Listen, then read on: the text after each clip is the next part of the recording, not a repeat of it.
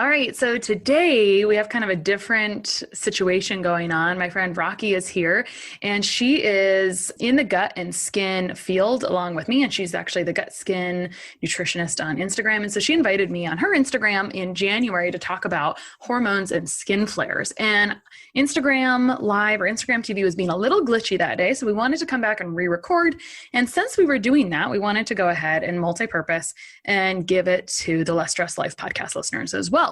So Rakhi was in a past life an actress, and she departed and became a registered dietitian in a second career because of her experience with food as medicine for her skin and allergies. And so I have gotten to know her over the couple years, I think. And I think you know me if you're listening to the podcast, but really briefly, I'm Christa Biegler, in case this is for the Instagram TV version. And I'm the host of this podcast and love to work on gut, skin, and energy issues. So we're going to talk about hormones and skin flares today. And Rakhi is going to take the wheel on the interview.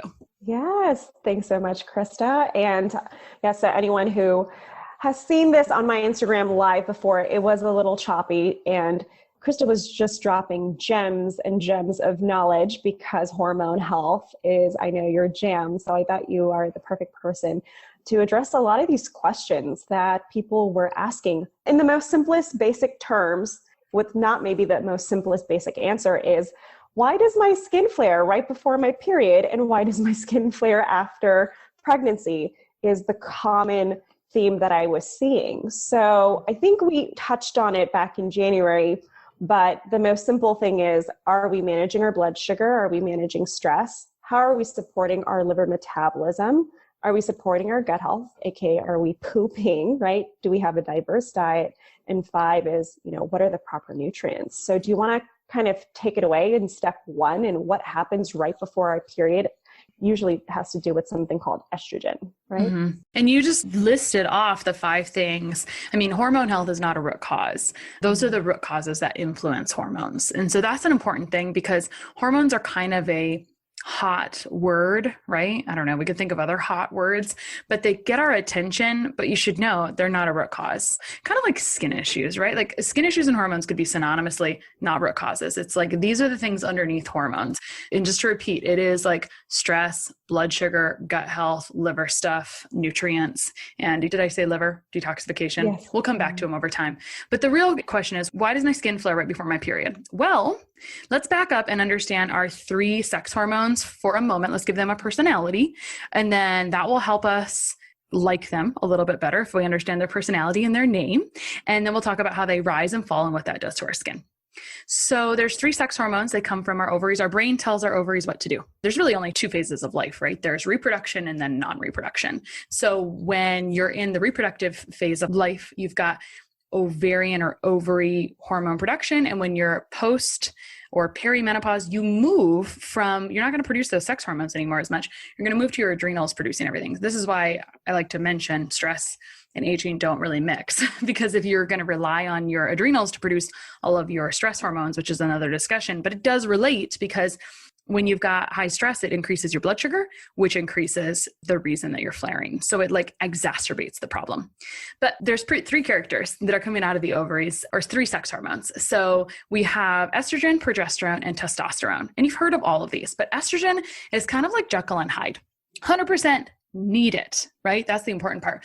But when it's really high, it gives us those symptoms like PMS, moodiness, breast tenderness, excessive bleeding. And that's because estrogen predicts how much of that uterine lining, how thick the uterine lining is going to be. And then when your uterine lining sheds, it causes a heavy bleed. Okay. So that's maybe important to know. So high estrogen symptoms are the things that we don't like in our menstruating years. And low estrogen is what we think about when we are thinking of moving into menopause and perimenopause. And we often think about hot flashes as the most common thing, right? When you think of perimenopause or menopause. So hot flashes, but it's also related to low mood, low bone density, things like that. Okay. So Jekyll and Hyde, but you absolutely need it, right? Because if low estrogen is related to bone frailty, right, then for sure, estrogen is necessary for bone health, right? So it's 100% necessary. It dances with progesterone, who I'm still trying to come up with a new character for progesterone, but right now I'm calling it the homecoming queen, because the homecoming queen is like, we just like to think about it as like, that's your happy hormone, and everyone wants more progesterone. Everyone wants more progesterone because you're happy, you feel good. And just so you know, when you're pregnant, you have an all-time high of progesterone. So a lot of people will see a decrease in skin flares during pregnancy because you have high progesterone, which is your happy hormone, which is, like these two are kind of a teeter-totter, or they like to tango. So if progesterone is good and high and wonderful, then estrogen is going to be lower. But if estrogen is high, our progesterone is lower, right?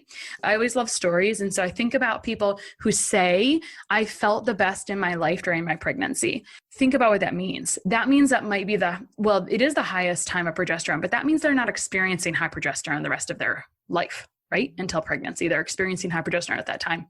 Another note is that progesterone is what maintains a pregnancy as well. So sometimes doctors test for it. And if you have low progesterone, women are given that. Otherwise, they can have miscarriages sometimes. And I see that that's actually much more common than you would think nowadays. So we've got estrogen, Jekyll and Hyde. We've got progesterone, which is the homecoming queen and very high during pregnancy. And then lastly, we have our maintenance man, testosterone. So we sometimes think about testosterone being negative in women. And from a skin perspective, you do see a little bit of certain kinds of acne with elevated testosterone from that skin condition, but testosterone is a maintenance man. So you need it for repair of tissue. So if you think about like not recovering from workouts and whatnot, you can think about your testosterone. So you need some, but really high testosterone is kind of related to another hormonal condition called PCOS, or polycystic ovarian syndrome. And that is consistent with hair growing where we don't want it to grow. And it also has to do with the elevated blood sugar. So there's some overlaps that just keep coming back, don't they? They just keep coming back. Okay, so we've got Jekyll and Hyde, we've got the homecoming queen, and we've got the maintenance man. So now that we understand the characters in the game, we can clearly say what's causing skin flares right before your period. Because right before your period, throughout your cycle, actually, estrogen and progesterone will kind of have a rise and a fall. Basically, a rise or a fall, it's going to cause a dramatic symptom like a bleed. So about a week before your period and before your ovulation. So remember, ovulation is like in the middle-ish of your period that lasts a couple days. So it's in the middle of the cycle. If let's just assume we've got a 28-day cycle. Not everyone does. Some high estrogen people have it seems like it comes every 3 weeks because it does.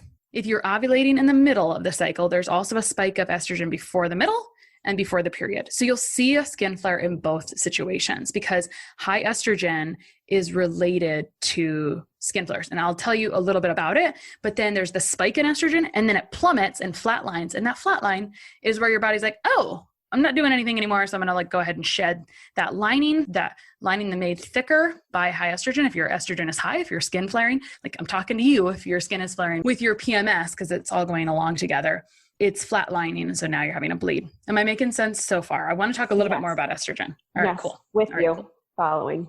Good. All right. So one thing about estrogen is that it increases the same kind of stuff that makes allergies. So it stimulates, Rakhi talks about this, mast cells essentially, and those are just inflammatory cells in our lungs, gut, and skin. So if you think about that, that's skin reactions, it's asthma and allergies and stuff in our gut. So actually this is useful because people have varying bowel movements around their cycle as well. And so if you're a higher estrogen person, traditionally that seems to mean faster motility, meaning you get more loose stools. I do have an explanation. I don't know if we talked about this on the IG Live before, but a lot of times the loose stool has to do with prostaglandins. Mm-hmm. So prostaglandins are like these hormones that are released obviously in your uterus, right? Mm-hmm. So right around the time of your period. But it also gets into the bloodstream, and what's right above or around your uterus and your ovaries are your intestines. Mm-hmm. So a lot of times the prostaglandins will migrate into the bloodstream and it will have a stimulatory effect.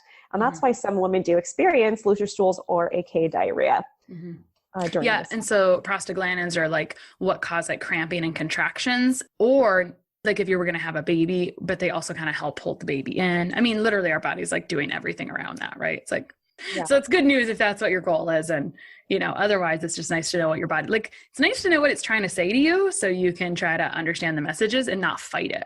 Because if we understand exactly why it is, for example, on a month that has higher stress for me, I'm going to have higher estrogen. So my husband's he's like, you're very grouchy.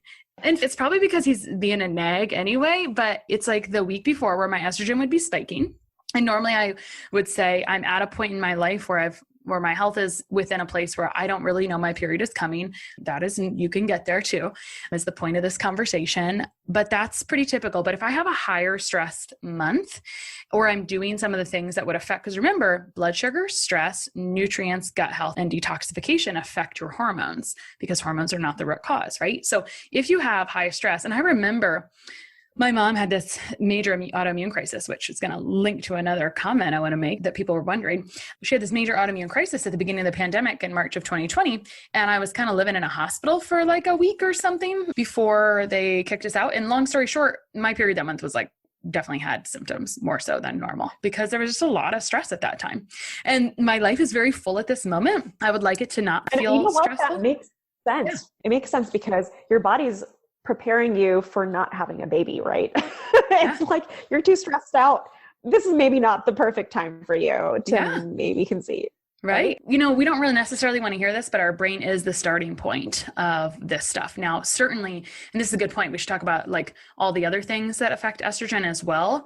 But I have a really quick answer to why do you flare when you're breastfeeding? So if you, can I go there real quick? Let's go there. So remember when you are pregnant, you have really high progesterone. And then after you're pregnant, that kind of plummets. So your progesterone is down. So then it's like, well, are you going to maybe have a little bit of estrogen technically should be down a little bit too, maybe. But you got two hormones that are coming in with lactation because you're starting to make milk.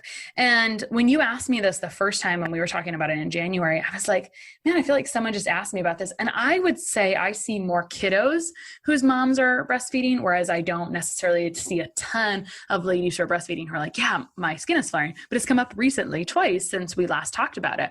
So it's a short answer from what I could find. It's basically that you have prolactin, that's your milk producing hormone, and then oxytocin releases, which is fine. But basically prolactin kind of increases an immune response in general. So like there's many things that will increase immune system messengers. I call these Nerf bullets because foods and stress and environmental triggers and gut issues will all increase these mediators or Nerf gun bullets, essentially. And so it's immune response, like lymphocytes and all these things, right? Like it increases the immune response in short. And so what they'll also find postpartum, which this makes sense because, you know, a lot of people, they come down with Hashimoto's postpartum. People who have maybe had an autoimmune condition that's been fairly in remission, like they haven't really been flaring, they'll have a flare of an autoimmune response because of this kind of immune storm happening postpartum. That was like the short answer that I found because it hadn't really come up like enough where I was like, oh, I should look at what the connection is here, right? Because people aren't necessarily lactating for the majority of their lives. A lot of people aren't anymore. Once upon a time, they may have been, but not as much, not as many women are doing that the majority of their lives anymore. Did you have a comment? No. I mean, it's so interesting, like everything that you're saying. And I mean, I was going to say also with the whole pregnancy or the autoimmune storm, I see that connection a lot in women, especially when it comes to thyroid health. Like it does seem that someone who was maybe genetically predisposed for some kind of thyroid condition, it just activates in women. So do you think maybe thyroid testing is warranted for people who do have skin issues? What are your opinions on that? Thyroid and hormone testing? Because I know you do. Well, and that's a very different topic, but let's talk about thyroid first. So usually when you ask for your thyroid to be tested, they test a pituitary hormone instead called TSH. And then if that's out of line, they might do a full thyroid panel. The full thyroid panel includes, like in short, T3, T4, and antibodies, including TSH would be the first one. That's the thyroid stimulating hormone that's coming from the pituitary, and then antibodies. And a lot of times antibodies aren't tested, and that's the autoimmune piece of Hashimoto's. You know, evidence-based medicine is a combination of like research, our clinician experience, and our clients' experiences. That's what the Venn diagram should be. It's like, it should be all those things. And so what I am seeing in practice, Rakhi, is that people have normal-ish thyroid numbers on testing, but if it's kind of hanging close, if we support the nutrients that help make thyroid, people just feel a whole heck of a lot better. So I could talk about this a bit because like in very much short, stress will like rob from the thyroid. And as another example, I have strong feelings about chlorine from my own skin history, but chlorine, iodine, and bromine are all like in the same thing on the periodic table. And that means they steal from each other. They're the halogens. Yes, thank you. They're the halogens. And so our thyroid has iodine receptors, and there's a lot of things that are displaced, like chlorine in water displaces iodine, you know, and this is kind of tricky. And then this is something I was reading, I don't know, I can't remember which book it was, but it was talking about bromine and one of my clients, like his company produces bromine. And so I just appreciate him so much teaching me about bromine. Last week, he was telling me it's in Mountain Dew, but long story short, it's like, it doesn't hit the ingredient list. And I don't know if it was the 60s, 70s, something like that. They were putting iodine as a dough conditioner into commercial baked goods. And then the FDA is like, ooh, that's a lot of iodine in a slice of bread. It's like 150 micrograms. We're going to like change that up. So they started putting bromine in it as a dough conditioner instead. And so we've had bromine in our food supply or in baking product, like commercially processed things for a long, long time. And that's displacing the iodine from our thyroid. So it's just very interesting. That's all I'm saying. It's like, there's like these sneaky things that are kind of robbing. Now that said, is that the whole reason you have skin issues? Well, thyroid issues, here are some like symptoms of thyroid problems. Extreme fatigue, which is a whole lot of other reasons as well. Let's just get that clear. Being really chilled to the bone almost, and like cold throughout the day for sure. Because I would also say like there's certain skin issues where you can feel like irregular temperature, but this is a little more chilly, more so. Hair loss, slow bowels, and dry skin. Now, you'll see all of those things overlapped in gut and liver issues, especially, which by the way, thyroid is also metabolized through the liver or like some of the processes. So I guess the short answer, Rakhi, is should you get it tested? It's not a bad idea to get it tested. Is it the only cause of your skin issues? I mean, I don't know. I haven't really seen that. Hasn't been my experience in practice yet. And then your other question was, should you get hormone testing as a first-line therapy? I never do hormone testing as a first-line therapy, almost never. Because if I know that hormones are not the root cause, and I want to talk about, like we said, that estrogen spikes the week before your period, and it spikes right before ovulation too, and that's causing your skin flare. I want to talk about the things that have to happen for that to get, your body is smart. It should be able to break that down and move it on out if it has enough resources to do it. So we'll talk about what it needs for resources to do that, or where it could get stuck on the like where the traffic jams are on the way out of the body. Let's explore that. All right, cool. Let's talk about that. So I like to think about it kind of like a funnel. So at the top of the funnel, that's kind of like what you get from your mom, plus, this is funny and interesting, testosterone can become estrogen. And I don't know all the ways it aromatizes into estrogen, but I know alcohol is one of them. I don't know if stress is one of them, and I don't know all the things. I know alcohol is a big one. But if you already had high testosterone, which is going to look like for a woman, hair loss where you wish you had hair and hair growth where you wish you didn't have hair, which I love that way that sounds. It's like easy. It's like on your chin, on your mustache, you know, and then like loss like through here. So that's a possible coming into the top of the funnel. And let's actually talk about some other things in the top of the funnel, because these are things you guys have already heard. But when we are consuming tea in plastic tea bags, we're getting like a bajillion microplastics, and we're using certain personal care products. And I have an interesting story about this too. And we're using things that are plasticizers, all of that stuff. Our body recognizes that as fake or xenoestrogens, and that's putting more stuff in the top of the funnel. So if you would just reduce that stuff going in the top of the funnel, you'd remove some of that stress your body has to break down and move it out. Like if you put less garbage in, then that would be a good first step. And that's always a good It's kind of like you're just overburdening your body. So if you already are having difficulty clearing out estrogen, which your body should be able to do, right? Which you can clearly tell from the symptoms. Right? If you're having a flare. Because your skin is flaring, right? Mm-hmm. So it's like a backup, right? It's kind of like going down this conveyor belt, and maybe you don't have enough employees or workers. I think I'm going, using an analogy, maybe people can understand. It's like you have this conveyor belt and just going super, super fast, and your body has like not enough nutrients, which I think you're going to talk about, and helping to clear this out. So you're having a backup. So why not stop it at the very front of the line, right? And what you're saying is maybe reduce the plastics, right? Yeah. These fake estrogens that maybe your body and I also wanted to share a story because it's interesting. I was talking to a consultant with a lab the other day because I had done kind of a full body and burden for a skin client, which is not super common for me, but I went through this test with her and we were talking about what she typically sees. And she mentioned that the worst toxin burden test she'd ever seen, which was looking for a lot of things that are not pronounceable. She said the worst one she'd ever seen was a teenage influencer from Instagram who had gotten a lot of products sent to her for free. And she was using all of these skincare products. And I was like, that's a great story. Tell people that story. That's like interesting and memorable. So thanks for letting me share it right here on behalf of her. You would really not think about that. And yeah, it is a lot of plastic. It's a lot of plastic products. Well, and it's not just plastics. It's like, it's other stuff that are in personal care products, right? I'm just going to leave it at that. Other stuff. One time in my detox class, someone kind of left like a review, like something about phthalates. Like she wasn't very happy what I said about phthalate. And I'm like, well, the literature is clear. Anyway, I'll leave it at that. That there's stuff in these products and it's going to contribute to, let's just say higher estrogen, but also like other nasty crap from a total body burden, which is going to stress your detoxification system, which matters for your estrogen. So funnel, top of the funnel, crap in life, not having enough good fiber or hydration. Those are all good things. Like what can we put in the top? And then also like, if you might have some symptoms of high testosterone, we don't want to keep adding that in. And then also like some people say, I think this is genetic because my mom and my sisters had this. That's fine. But just so you know, family members share microbiota. Like I was stricken with fungus most of my life because of I just grew up in a family who had it from what I can tell. So it's like, it's hard when it's kind of deep set in you. Okay. And when you have gut issues, then the next step in the funnel doesn't work very well because in your gut, there's certain enzymes that break down estrogen very simply. And when you have gut issues, like basically when you have gut issues, it feels like nothing is working because things don't work like they're supposed to.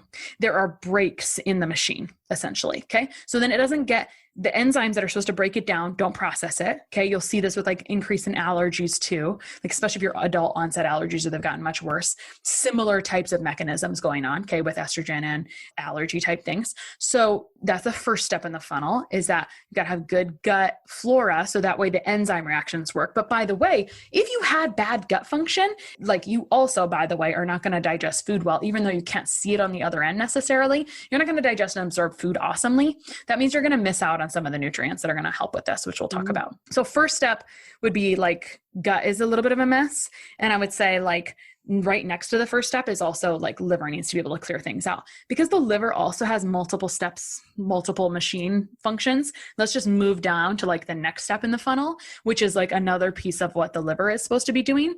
And so there's a couple genes that will stand. Let's just say there's a couple roadblocks. Okay. And so this roadblock, COMT stress is going to get blocked by like stress and caffeine for some people. Okay. And then also if you don't have good nutrients, then you're not going to be able to push it out either. So this is a good conversation around methylation, which maybe people have heard of MTHFR and people will act like it's like the end of the world, which most people have an issue with this. It's called methylation. And so essentially your body is maybe not going to make certain nutrients into the right forms. And so sometimes you need a little bit of help, like methylated B12, folate, not folic acid, etc. Glycine is a really big one in this stage of the funnel. And a really great source of glycine is collagen. Rakhi and I were recently talking about collagen. Collagen is like 3 amino acids, glycine, proline, and hydroxyproline, I think.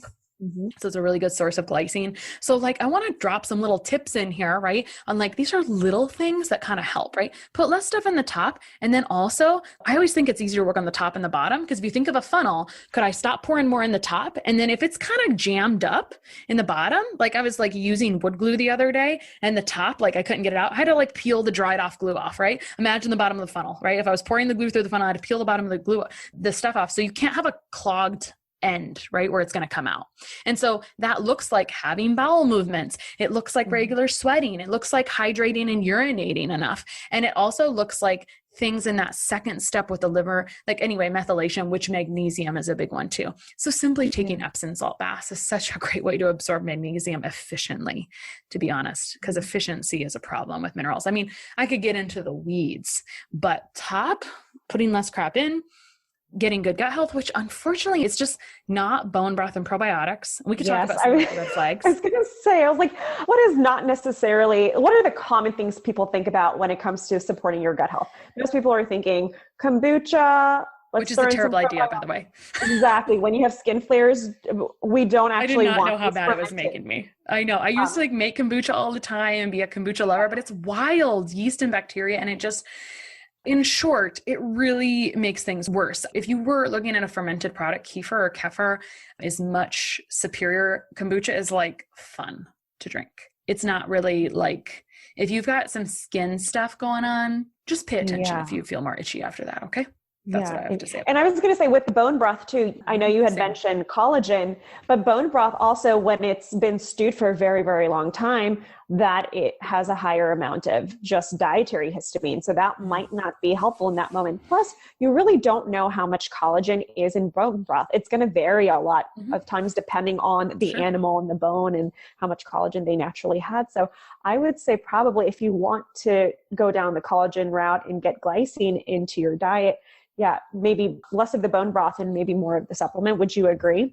Oh yeah, for sure. Because bone broth has, like, literally, to repeat what you just said, for the same reasons. There's no consistency in how much you're going to really get through your diet. And then another one I always hear is, apple cider vinegar. Do shots of apple cider vinegar. Have you heard that before for gut health and digestion? Yeah. And it's because stomach acid. Let's actually let's break down why that is a thing in the first place. And I remember my husband read like a booklet on apple cider vinegar years ago, and he was really into it, and that's fine. And I did not read the booklet is what I'm trying to say. So there's probably more things that it's about, and it's fine. No one wants to hear this, but when you have high stress, you're dumping magnesium, and you're dumping it when you're drinking a bunch of caffeine too. For a lot of people, I do. And I always have to relearn this. And I've talked about this before, but you dump magnesium. And so that's a cofactor to stomach acid as well as other things. And so you see low stomach acid in stressful situations.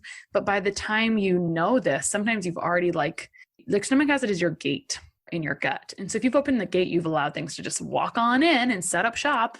And now you have like overgrowth of crap that are causing problems. We are not on the same page everywhere. Like, people are not on the same page about this yet. Maybe in 10 or 15 years, we might be there. We are right now, if you go to your conventional doctor, they might test you for SIBO because it's been out, or it's in the research, it's been out for 10 or 15 years. It's like, cool, we can understand it. There's 2 bacteria. Like, there are more than 2 bacteria in the gut. And for the audience, people who don't know what SIBO is, it's small intestinal bacterial overgrowth. Yep. Yep. And if I feel like you have gas and bloating in 0 to 120 minutes, 0 to 2 hours. And a lot of burping too. Yeah. Yeah. Maybe some burping too, because that could be a couple of things. Sure. But like low stomach acid.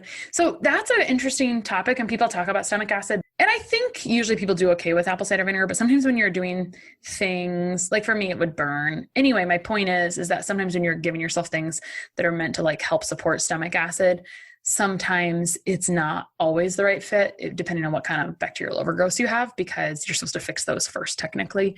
And this is just learning and stuff. So anyway. Yeah. And chewing food is really, really the important thing here. Like, it just seems so forgotten, but really chewing it down. I suck at this. I try it all the time, and I try to understand, like, why do I talk the most and am done first? It is like distressing. I don't know if it's because my dad was military. I don't have any idea. I have no idea. I'm like still trying to figure out the answer because I have to stop. I almost like wish someone would slap me every time. Like I go to a bite. That's hilarious. I tell a lot of people, it's just like, just think about it. Your stomach does not have teeth. Mm-hmm. And so why can't you just mechanically digest the food in your mouth? Because your mouth produces certain enzymes that help at least break down carbohydrates, right? So there's amylase that helps break down the carbs.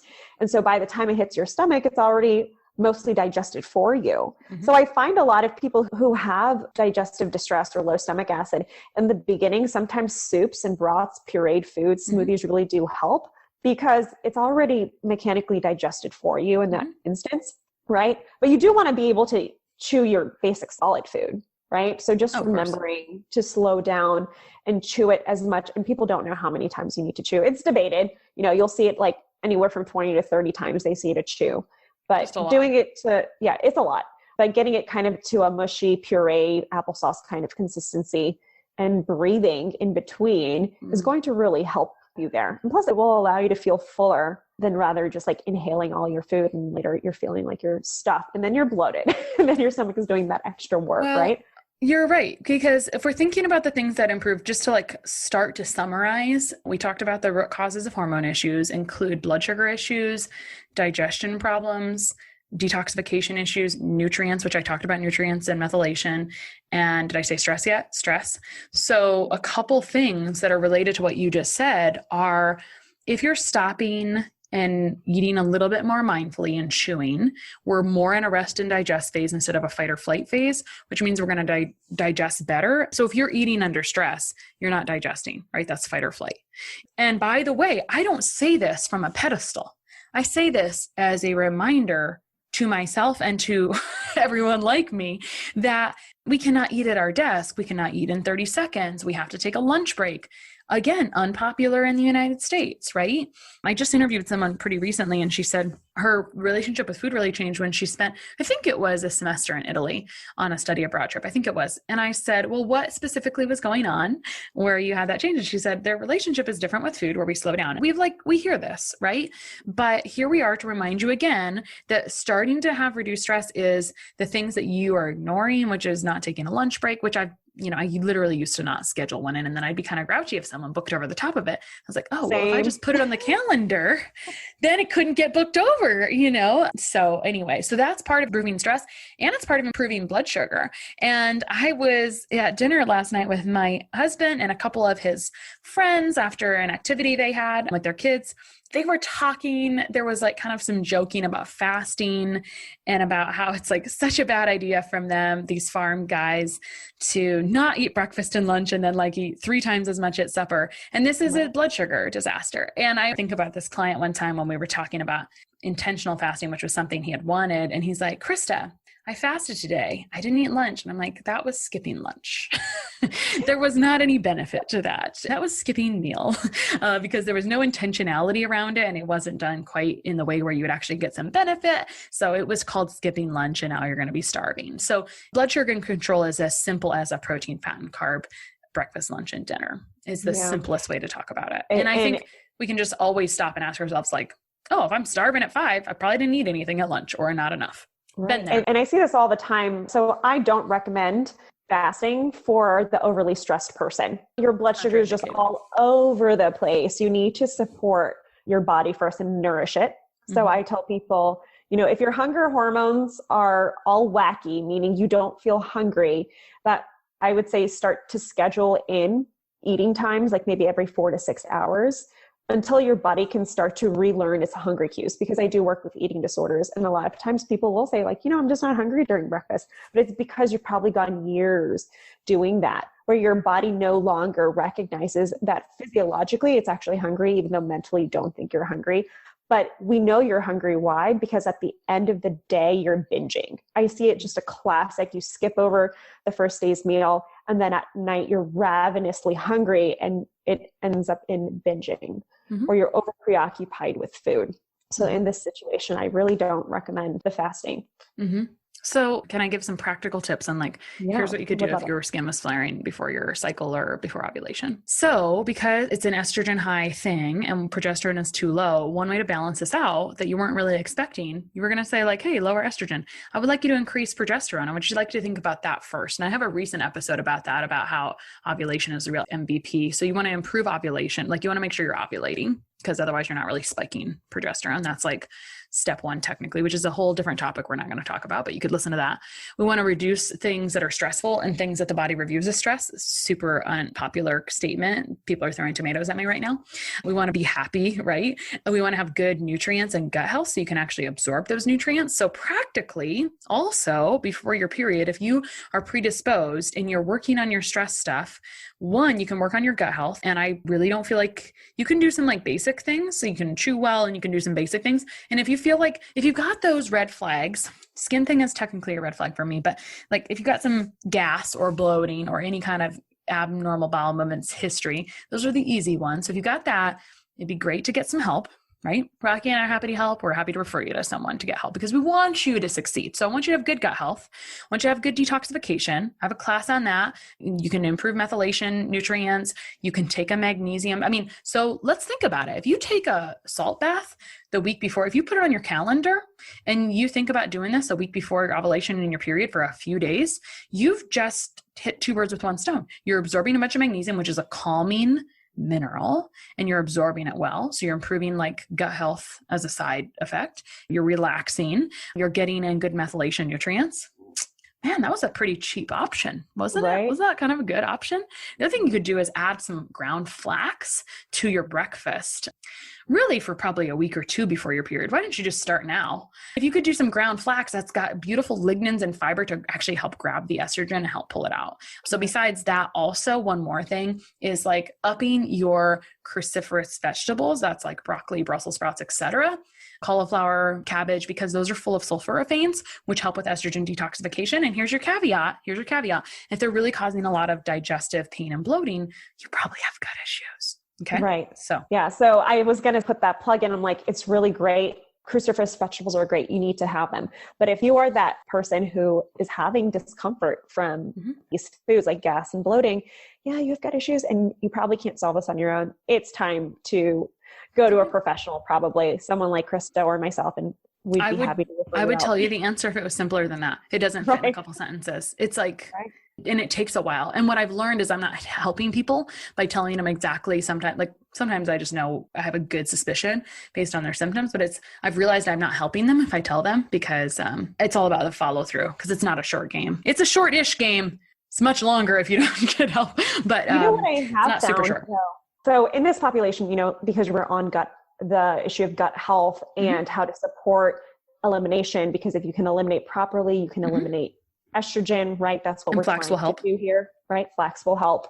Fiber from fruits and vegetables and grains. What I also find in this population with skin rashes is a lot of times they end up cutting out grains, right? They're going on some of these paleo diets, right? And in the short term, maybe it is helping with the skin flares, but long-term, it's a disaster maybe to your gut health, right? And that's a good point. Long-term it is, right? So I always caution people that diet restriction shouldn't be a long-term thing. There's certainly phases of our relationship with food, and we want to make sure it's a healthy, happy relationship and that we're not having fear around food. And this is by the way, a big gut health issue as well, which is a whole nother conversation, but I'm glad we're mentioning it here because it's important too.